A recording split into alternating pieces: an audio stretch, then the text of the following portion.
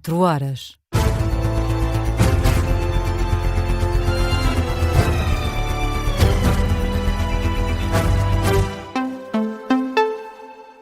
As notícias com Matilde Malva Sabino.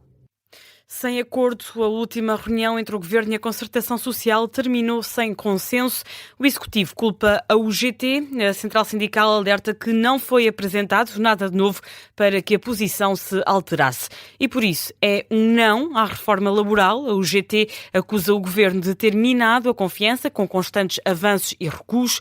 A reunião durou pouco mais de 1 hora e nada mudou. Miguel Gato. A reunião de concertação social terminou sem acordo entre governo, patrões e sindicatos. A ministra do Trabalho, Maria do Rosário Palma Ramalho, acusa a UGT de ter rejeitado negociar, apesar dos esforços do governo. O governo esteve sempre de boa fé nesta negociação, tentou ao máximo levá-la a bom porto, fez inúmeras cedências. Infelizmente, um dos parceiros revelou-se absolutamente intransigente. A mesma crítica fazem os patrões, na voz de Armindo Monteiro, da CIP. Isto que hoje aconteceu foi mais uma vez a demonstração que a UGT não estava minimamente interessada em acordo nenhum. Nós podíamos ceder em todas as linhas, que não havia nenhuma possibilidade de acordo. Em resposta, Mário Mourão, secretário-geral da UGT, acusa o Governo e a CIP de não terem apresentado nada de novo nesta reunião. Uma vez que não havia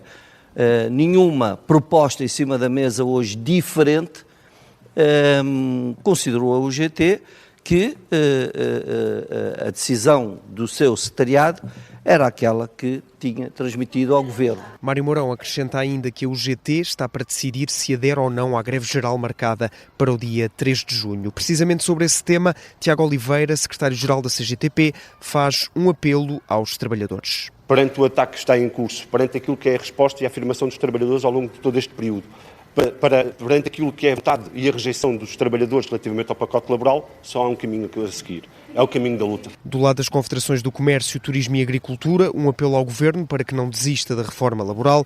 A Ministra do Trabalho prometeu hoje avançar para o Parlamento com poucas alterações face ao projeto inicial. O jornalista da Rádio Observador, Miguel Gato, que esteve a acompanhar a reunião que terminou sem acordo. As alterações à lei vão agora ser discutidas no Parlamento. Esta sexta-feira, a Ministra do Trabalho, Maria do Rosário Palma Ramalho, vai estar no Sob Escuta aqui na Rádio Observador, depois do Jornal das 9 da manhã. Na reação à falta de consenso, a oposição aponta o dedo sobretudo ao Governo, à exceção do próprio PSD e do Chega. Aos partidos que reiteram que as alterações propostas não interessam aos trabalhadores e os que defendem que a culpa é dos sindicatos. Marta Caramelo Nobre. Começamos com o líder parlamentar do PSD. Hugo Soares diz que o Governo tentou até à última. Mas sobra sobretudo o exemplo demonstrado de um Governo que levou até ao limite do possível a capacidade de diálogo com a concertação social. Opinião contrária tem o deputado do PS, Miguel Cabrita. E o Governo nunca entendeu, geriu este processo mal e com enorme inflexibilidade do primeiro ao último dia. O Governo, na verdade, desistiu do diálogo social. Do lado do Chega, André Ventura diz que já esperava um desfecho que resolve atribuir ao PS. Nada que me surpreenda, como já tinha dito, o PS não tinha interesse desde o início em aprovar esta legislação.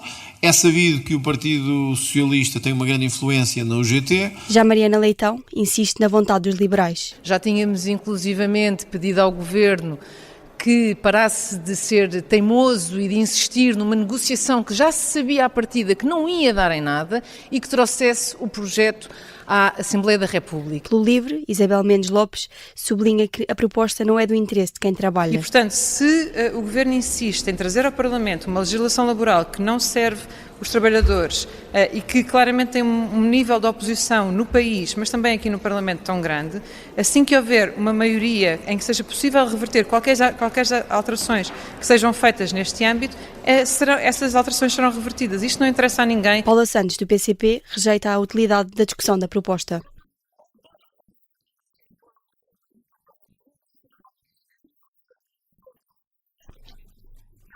Já o PAN lamenta que não tenha sido possível alcançar um acordo em concertação social.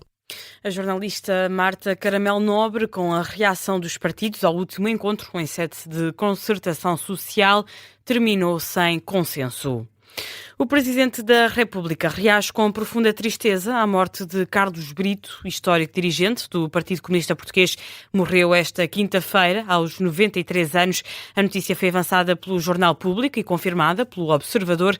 António José Seguro diz que Carlos Brito se preparou para servir um Portugal democrático que ajudou a construir. Numa nota oficial, o chefe de Estado recorda ainda um homem de convicções firmes e coragem cívica. A jornalista Diana Rosa lembra os pontos essenciais do percurso do antigo dirigente.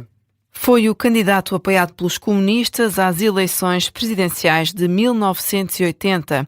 Aos 17 anos, Carlos Brito iniciou-se na política como opositor ao Estado Novo, integrando o movimento Unidade Democrática Juvenil em Lisboa. Depois, esteve 8 anos preso durante a ditadura. Saiu em liberdade em 1966 e até ao 25 de abril esteve entre o exílio em França e a clandestinidade em Portugal. Em 1980 foi candidato às presidenciais, desistiu a poucos dias da eleição a favor da recondução do general Ramalho Yanes. Carlos Brito morreu em casa esta quinta-feira no concelho de Alcotim, depois de ter estado recentemente internado no Hospital de Faro. Tinha 93 anos. A jornalista Diana Rosa a lembrar o percurso de vida de Carlos Brito. Em comunicado, o PCP recorda o percurso antifascista do antigo dirigente e a contribuição na Revolução de Abril, apesar das conhecidas diferenças e distanciamento político. Reação também de José Luís Carneiro, o secretário-geral do PS, frisa que a morte de Carlos Brito é motivo de grande tristeza. Lembra uma figura incontornável da vida política portuguesa, das primeiras 5 décadas da democracia, e acrescenta que se trata de uma referência de seriedade e cidadania. Aqui na Rádio Observador ouvimos algumas reações à morte de Carlos Brito. Arménio Carlos, antigo dirigente do PCP, recorda o legado de Carlos Brito para a democracia portuguesa. Um homem que não só se assumiu como antifascista, como lutou contra um regime ditatorial, com todas as consequências que são conhecidas, do ponto de vista da privação da sua vida e acima de tudo também dos impactos que isso teve.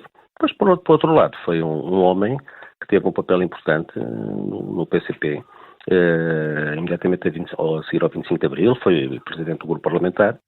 Arménio Carlos lembra que, apesar de se ter tornado uma voz crítica do Partido Comunista, Carlos Brito sempre defendeu a democracia e as políticas de esquerda. Também à Rádio Observador, José Jorge Letria, escritor que pertenceu à plataforma de esquerda e atual presidente da Sociedade Portuguesa de Autores, recorda um amigo que nunca perdeu os valores fundamentais. Fomos amigos durante muitos anos, conversámos muito, era uma pessoa que eu admirava intelectualmente e politicamente. Depois os nossos caminhos afastaram-se, eu segui o meu caminho, ele continuou o dele, sempre com serenidade, com coerência, com profundidade. Eu acho que o legado que ele nos deixa é o da inteligência, da tolerância e da capacidade de viver com os outros, a construção de uma sociedade mais justa, mais tolerante, mais aberta e mais virada para o futuro. José Jorge Letria lembra que foi o gosto pela escrita que permitiu a Carlos Brito resistir a momentos como o da ditadura. Mais uma noite de ataques entre os Estados Unidos e o Irão. As autoridades iranianas dizem que foram ouvidas explosões em zonas residenciais, principalmente a sul do país. Teherão acusa Washington de violar o cessar-fogo ao atacar um petroleiro iraniano perto do Estreito de Hormuz. O Irão promete uma resposta esmagadora a qualquer agressão dos Estados Unidos. Já o Comando Central norte-americano garante que se trata de uma ação de autodefesa. O CENTCOM afirma que as forças dos Estados Unidos interceptaram ataques iranianos não provocados, com mísseis, drones e pequenas embarcações no Estreito de Hormuz. Donald Trump relativiza a troca de agressões e diz que são pancadinhas de amor. Em declarações à ABC News, o presidente norte-americano assegura que o cessar-fogo continua em vigor, mas nas redes sociais volta a ameaçar. O líder americano escreve que os Estados Unidos vão derrotar o Irão com muito mais força e violência caso o país não assine o acordo de paz rapidamente. Vamos ainda à Liga Europa. Caiu por terra o sonho do Sporting Braga de chegar à final da competição depois de ter perdido com o Friburgo por 3-1. O Braga até chegou com vantagem à segunda mão das meias finais, mas o Friburgo não deu tréguas em casa contra os bracarenses. Na reação à partida, o técnico do Braga, Carlos Vicentes, não esconde o orgulho na equipa. Orgulhoso da eliminatória que hemos hecho. Pienso que claramente... Estou orgulhoso da eliminatória que fizemos. Claramente merecíamos estar na final, mas às vezes o que se passa no futebol é o que se passa na vida. Temos de aceitar que por vezes não conseguimos lá chegar e temos de aceitar. Tenho de dar os parabéns ao Friburgo, que também lutou, mas não podia estar mais orgulhoso da minha equipa, tanto na primeira mão como na segunda. Y bueno, yo no puedo estar más que orgulloso, como decías, del esfuerzo que hicimos tanto en la ida como en la vuelta. Carlos Vicentes, no final do jogo, o Braga está fora. A final da Liga Europa vai ser jogada entre o Friburgo e o Aston Villa a 20 de maio. Foi notícia de fecho deste jornal. A informação volta às 5. Até já.